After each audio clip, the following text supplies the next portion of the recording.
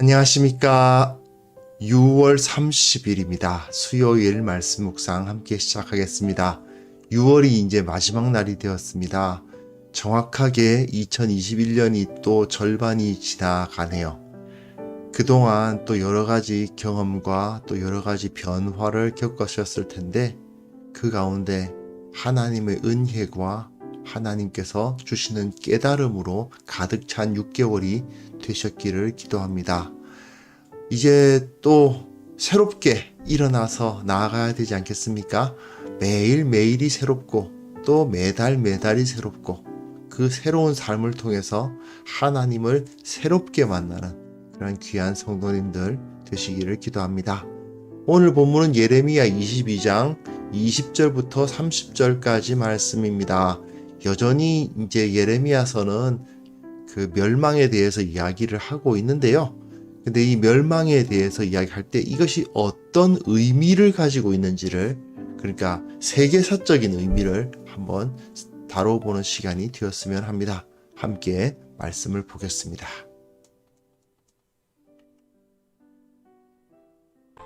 너는 레바논에 올라 외치며 바산에서 내 소리를 높이며 아바림에서 외치라. 이는 너를 사랑하는 자가 다 멸망하였음이라. 내가 평안할 때 내가 네게 말하였으나 네 말이 나는 듣지 아니하리라 하였나니 네가 어려서부터 내 목소리를 청종하지 아니함이 네 습관이라. 네 목자들은 다 바람에 삼켜질 것이요 너를 사랑하는 자들은 사로잡혀 가리니 그때 내가 반드시 네 모든 악 때문에 수치와 욕을 당하리라. 레바논에 살면서 백향목에 깃들이는 자여, 여인이 해산하는 고통 같은 고통이 내게 임할 때에 너의 가련함이 얼마나 심하랴. 여호와의 말씀이니라. 나의 삶으로 맹세하노니 유다 왕 여호야김의 아들 고니야가 나의 오른손에 흰장반지라 할지라도 내가 빼어 내 생명을 찾는 자의 손과 내가 두려워하는 자의 손, 곧 바벨론의 왕 느부갓네살의 손과 갈디아인의 손에 줄 것이라. 내가 너와 너를 낳은 어머니를 너희가 나지 아니한 다른 지방으로 쫓아내리니 너희가 거기에서 죽으리라. 그들이 그들의 마음에 돌아오기를 사모하는 땅에 돌아오지 못하리라. 이 사람 고니야는 천하고 깨진 그릇이냐, 좋아하지 아니하는 그릇이냐? 어찌하여 그와 그의 자손이 쫓겨나서 알지 못하는 땅에 들어갔는고? 땅이여, 땅이여, 땅이여, 여호와의 말을 들을지니라. 여호와께서 이와 같이 말씀하시니라. 너희는 이 사람이 자식이 없겠고 그의 평생 동안 형통하지 못할 자라 기록하라. 이는 그의 자손 중 형통하여 다윗의 왕위에 앉아 유다를 다스릴 사람이 다시는 없을 것임이라 하시니라.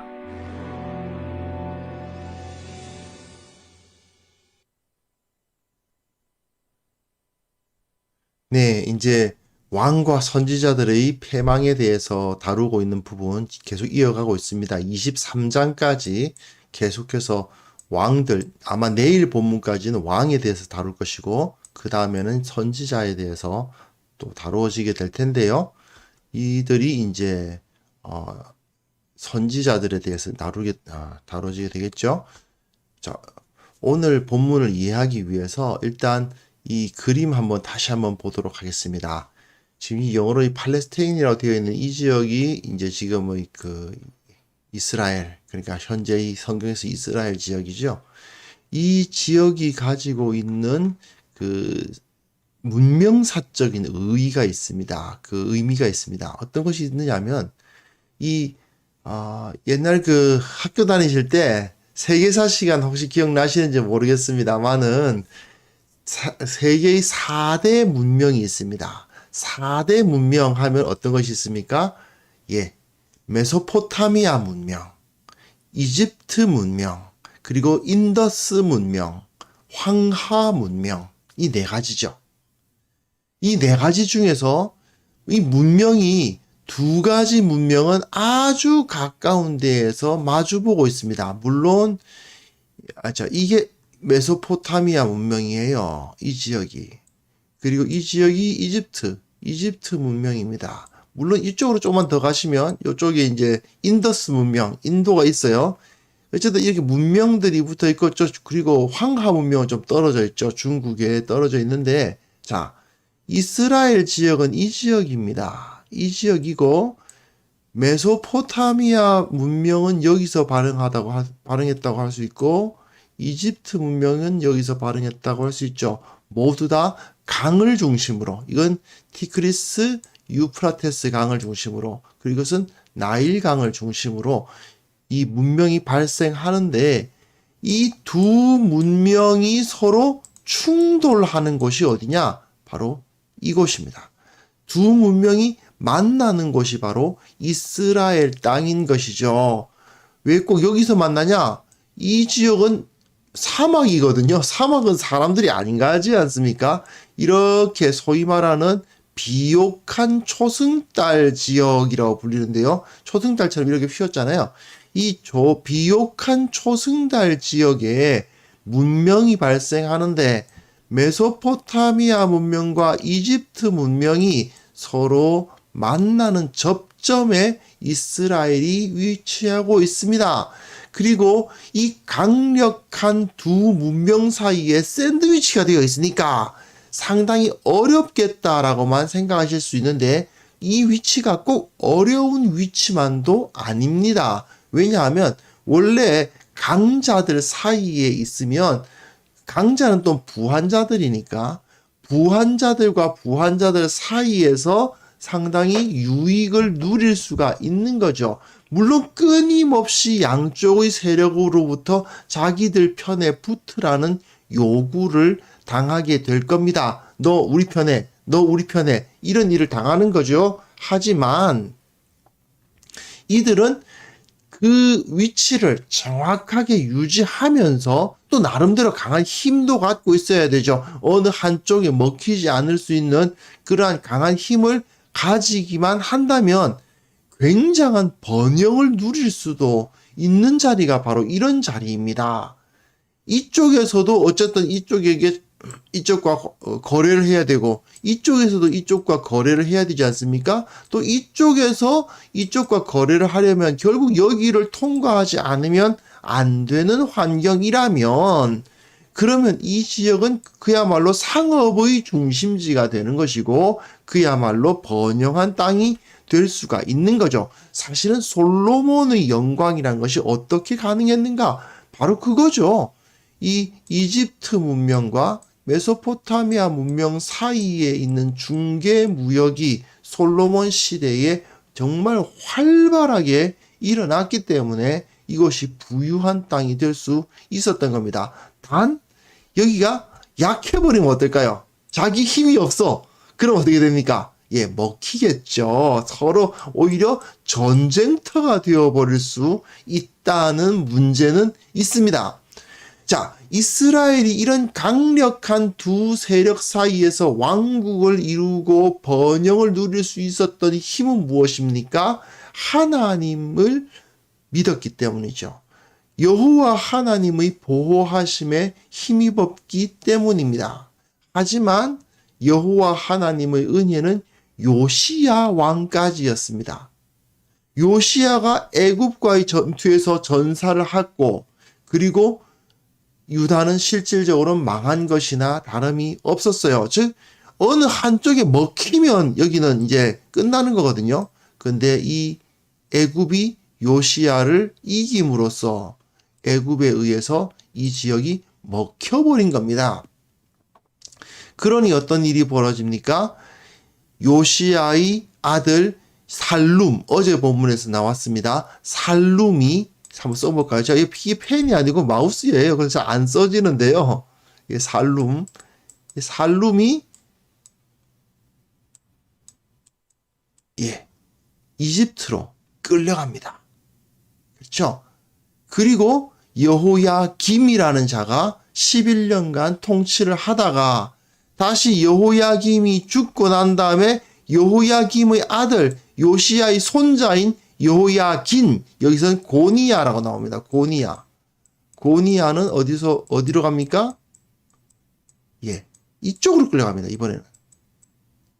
그러니 한 10여 년 기간을 사이에 두고 하나는 이 요시야 왕의 아들 하나는 이집트로, 그리고 요시야의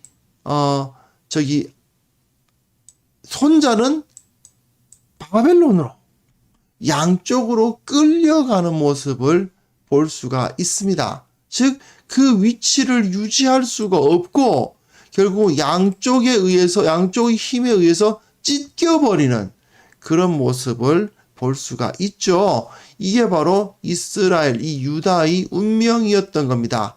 왜 이렇게 되었던가? 네, 간단합니다. 하나님의 말씀을 의지하지 않고 하나님과의 언약에 바로 서 있지 않다 보니 하나님께서 주시는 그 권능을 누릴 수가 없었던 것이다 하는 것이죠.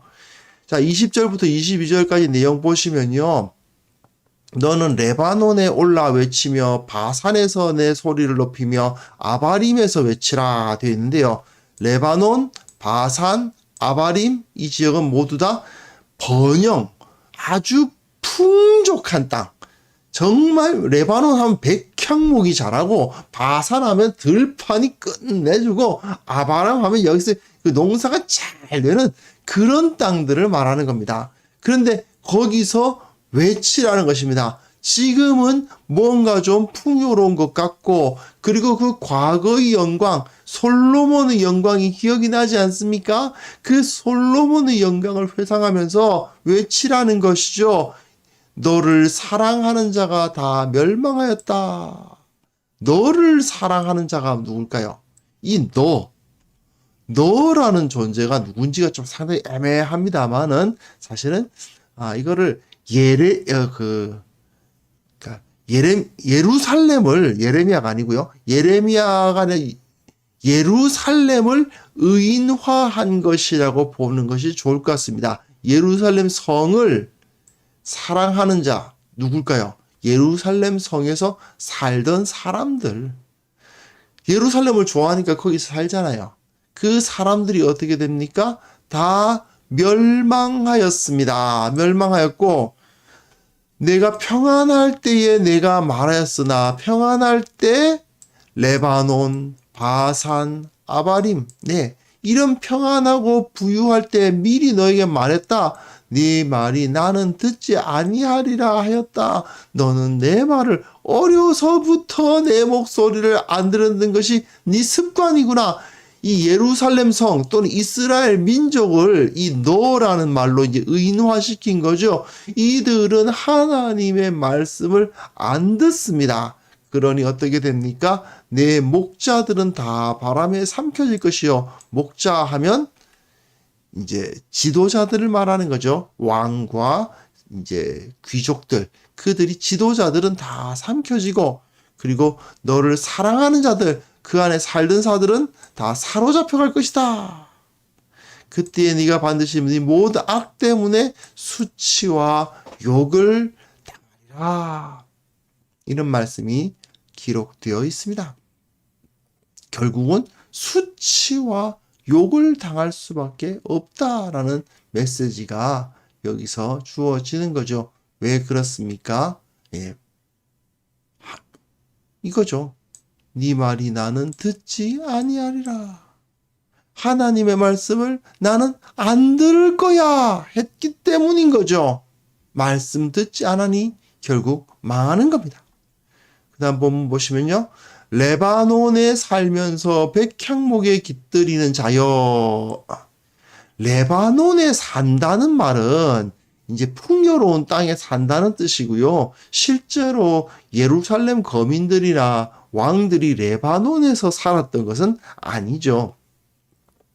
레바논의 백향목에 깃들었다라고 생각하시면 돼요. 어디입니까? 왕궁이죠. 백향목으로 지은 집에서 살면서 사치를 일삼았던 그 왕을 의미하는 겁니다. 여인이 해산하는 고통 같은 고통이 네에 임할 때에 너의 가련함이 얼마나 심하랴. 왕이 정말 그 헝그리 정신을 가지고 열심히 살던 사람은 오히려 고통을 잘 이겨내는데 레바논의 백향목에서 편안히 살던 사람이 갑자기 여인이 해산하는 고통이 임하면 얼마나 가련해지겠느냐 그 말씀입니다.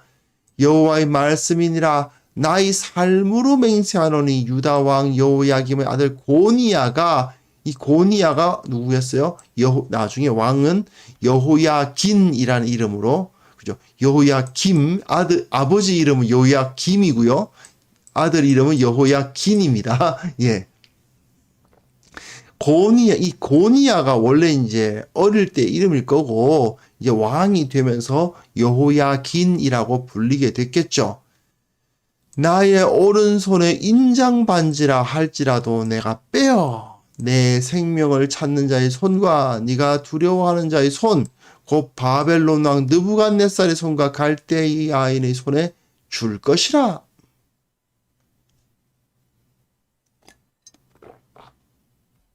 인장반지가 뭐겠어요? 인장반지.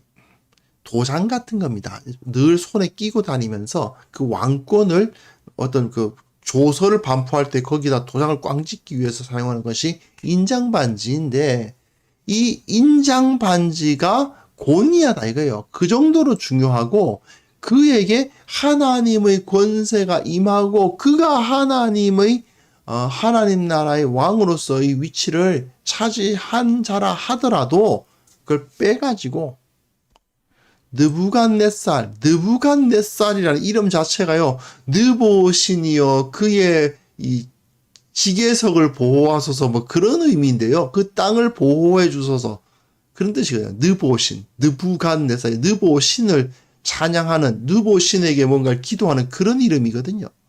그런데 이런 자에게 고니야를 그 마지막 왕을 주시겠다. 즉 이 땅의 통치자가 하나님 나라의 왕자가 아니라 세상 나라의 왕이 통치하는 그러한 시대를 살게 하겠노라고 말씀을 하시는 겁니다. 결국 내가 너와 너를 낳은 어머니를 너희가 나지 아니한 다른 지방으로 쫓아내리니 너희가 거기에서 죽으리라.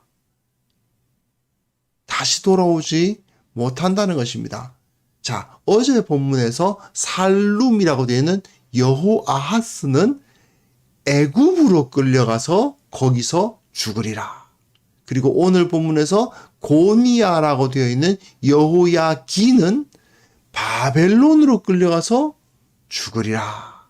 네, 요시야의 자손들이었던 그 왕자들이 하나님을 바르게 섬기지 아니함으로 말미암아 그리고 그 예루살렘 거민들이 하나님을 배역함으로 말미암아 그 왕손들이 하나는 애굽으로 하나는 바벨론으로. 원래 이 바벨론은 그 메소포타미아 문명이고 애굽은 당연히 이집트 문명이죠. 이 두 문명의 충돌선 중간에 서서 이들을 이끄는 힘을 가졌어야 할 이스라엘이 그만 이렇게 양쪽으로 찢기게 된다는 것을 볼 수가 있습니다. 그 다음 본문 보시면요. 이 사람 고니야는 천하고 깨진 그릇이냐?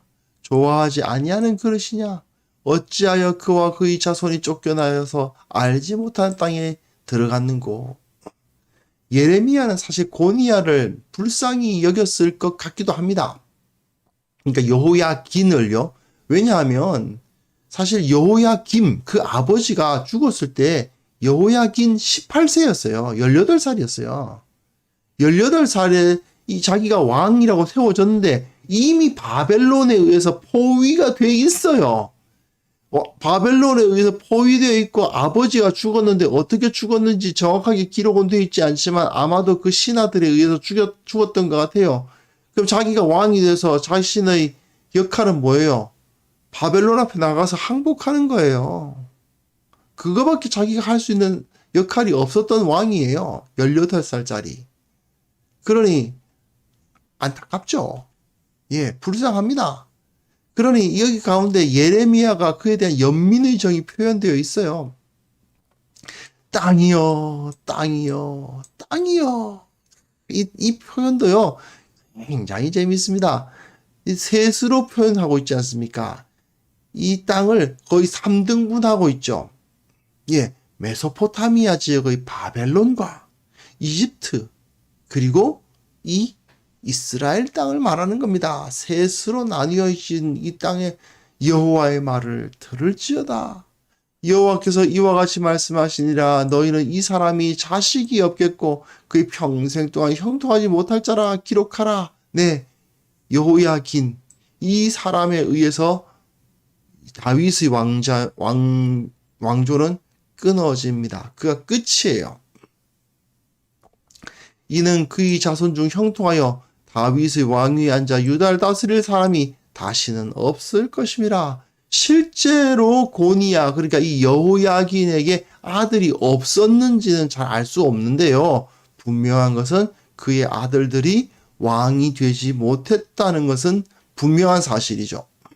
물론 그 이후에 그 시드기야가 왕이 됩니다. 여호야긴은 바벨론으로 끌려가고 이후 시드기야가 이제 왕이 되어서 결국은 바벨론에서 망하죠. 어쨌든 다윗의 왕조에서 제일 아래로 내려간 사람은 이 고니야거든요. 왜냐하면 시드기야는 그의 숙부니까 한 대 윗사람이거든요. 그 결국은 다윗의 후대로 이렇게 쭉 내려가다 보면 결국 여호야긴으로 끝나는데 이 여호야긴이 더 이상 유다를 다스릴 사람을 만들어내지 못하게 될 것이다 라고 선포하면서 유다는 이 다윗의 왕조는 멸망을 고하는 것입니다. 자, 양쪽의 강력한 문명들 사이에서 하나님의 보호하심으로 풍요를 누릴 수 있었던 이스라엘. 하나님이 아니라 세상의 우상을 섬기면요, 메소포타미아의 우상을 섬기거나 이집트의 우상을 섬기면 어떻게 됩니까? 망하는 것입니다. 우리는 하나님의 은혜로 세상을 살아가는 하나님의 백성입니다. 제가 좀 주제넘게 현대 그 국제 정세 같은 걸 제가 알아서 이런 얘기 하는 건 아닙니다만은, 그러나 저희 짧은 식견으로 이 하나님의 말씀과 배시해 보면 지금 우리나라가 정말 그렇지 않습니까? 강력한 나라들, 미국의 세력과 중국의 세력, 예, 뭐 중국이 우리보다도 뭐 강력하냐 뭐 이렇게 하지만 어쨌든 대국이잖아요. 사람도 많이 모이고 어쨌든 그들이 1인당 국민 소득은 우리보다 떨어질지 몰라도 어쨌든 그들의 부를 모으면 우리보다 엄청나게 큰 그런 나라죠. 미중 서로 무역 전쟁이 벌어지니까 중간에 낀 우리나라가 굉장히 어렵지 않습니까? 그러나 그 가운데에서 이쪽에 붙어야 된다, 저쪽에 붙어야 된다 말은 많지만 가장 확실한 것은 우리 자체가 강해서 이쪽과 이쪽을 중재할 수 있고 충돌의 그 접합점, 그러니까 그 충돌을 좀 완화할 수 있는 그런 지역이 될 수 있다면 사실 가장 좋죠. 오히려 그렇게 되면 그 가운데 있는 나라가 굉장히 큰 이득을 볼 수도 있는 거 아니겠습니까? 그런 것을 생각해 본다면 이 이스라엘의 모습하고 우리나라의 모습이 굉장히 비슷하죠. 그런데 여기서 우리는 이 이스라엘이 어떻게 그 위치를 유지할 수 있었던가, 그리고 어쩌다가 그 위치를 잃었던가를 생각해 봐야 되는 것입니다. 하나님의 법도와 하나님의 뜻과 정말 하나님께서 원하시는 바가 그들 가운데 살아 역사하고 있을 때 솔로몬의 영광은 이스라엘에게 임할 수 있었습니다.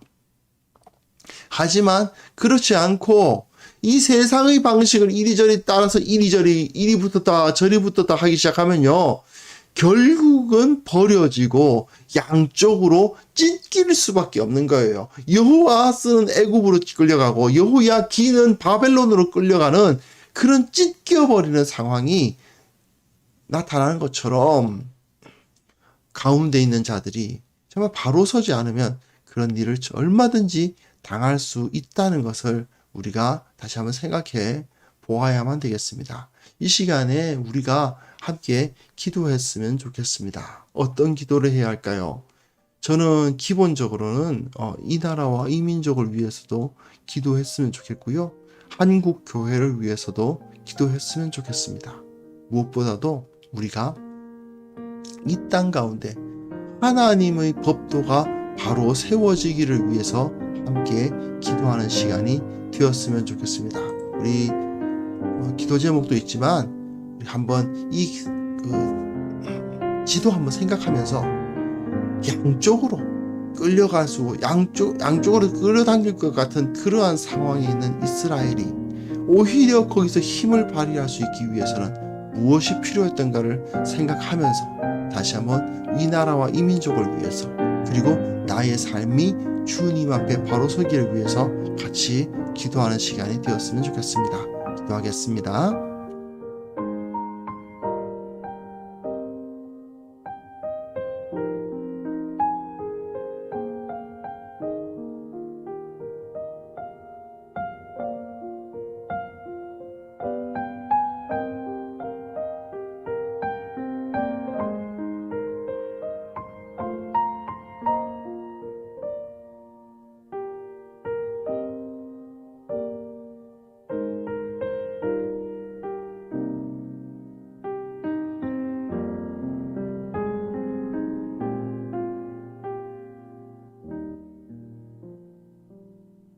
하나님 아버지, 주님께서 우리를 사랑하셔서 우리를 붙들어 주시고 늘 우리와 함께하여 주셨음을 인하여 감사를 드립니다.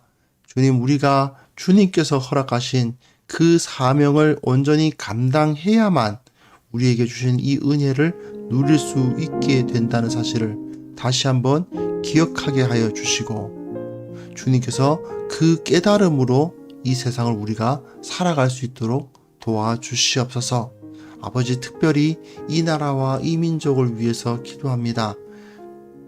이 땅이 강력한 세력들 사이에 놓여져 있습니다. 우리가 주님의 힘을 의지하고 주님의 은혜를 따르면 이것이 축복의 땅이요, 이것이 번영의 땅이 될 수 있다는 사실을 깨닫게 하시되, 또한 우리가 하나님을 떠나면 모든 것을 잃을 수 있다는 사실도 깨닫게 하여 주옵소서. 이 땅을 살아가는 자들이 주님의 질서가 무엇인지 더 알아가야 되겠습니다. 점점 더 이 땅의 백성들이 주님을 떠나고 있는 이 상황에서 우리가 그 가운데 의인으로서 설 수 있도록 도와주시고, 교회가 그들 가운데 빛을 던질 수 있도록 도와주시고, 강력한 두 세력이 만나는 가운데 섰더라도 하나님의 능력으로 흔들림 없이 서는 우리 민족, 또한 그 민족을 이끄는 한국 교회가 될 수 있도록 도와주옵소서. 아버지께서 우리에게 늘 기도의 영을 불어넣어 주시고 교회를 위해서, 이 민족을 위해서 기도하며 살아가는 자들 되게 하여 주시기를 원합니다. 오늘 하루도 주님께서 우리와 함께 하시고 주님께서 주시는 능력, 주님께서 주시는 그 평안, 감사의 은총이 우리에게 함께하는 것을 경험케 하여 주옵소서. 우리를 통해서 많은 사람들이 소망을 얻고, 우리를 통해서 이 나라와 이 땅이 바로 서며, 우리를 통해서 참으로 이 땅을 살고 있는 이 수많은 사람들이 복을 얻는 일들이 일어나게 하여 주시며, 내 삶을 통해 예수 그리스도의 영광이 온전히 나타나는 하루가 되게 하여 주옵소서. 예수님의 이름으로 기도합니다. 아멘.